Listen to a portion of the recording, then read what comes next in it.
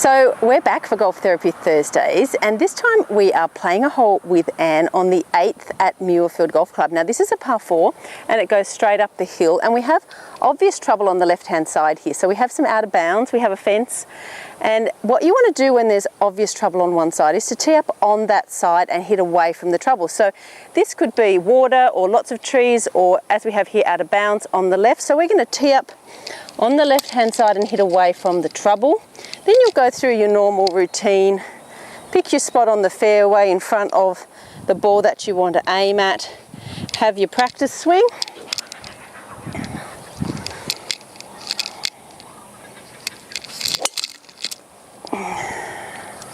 All right, let's head down there and see where that's ended up. So we've ended up on the upslope up towards the green here on the 8th at Muirfield. And when you're on an upslope, it's very tempting to try and lift the ball up the hill, and it's easy to top the ball when you're coming up an upslope. So what you want to do, there's really just two things you have to think of. Get your body perpendicular to the slope so that you can play a fairly normal shot straight through the slope and up through the slope to the green, and then add extra club, because uphill you need extra club to hit the ball the same distance. So only those two things. Get your body perpendicular to the slope and play the shot as much as a normal shot as you can, and add at least an extra club on distance wise, just to make sure you get there. All right, we'll head up there and see where that ends up. So we found ourselves here with a fairly long downhill putt.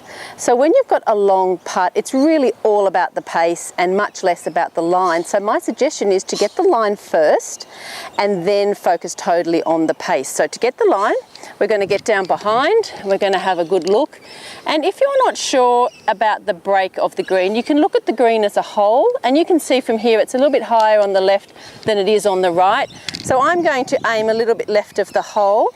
Then I'm going to try and focus purely on my pace, and that's the length of my stroke. So you want a nice fluid back swing and through swing, nice and smooth, and try and focus just on the pace. Hopefully that'll come around a little bit and it won't be too bad.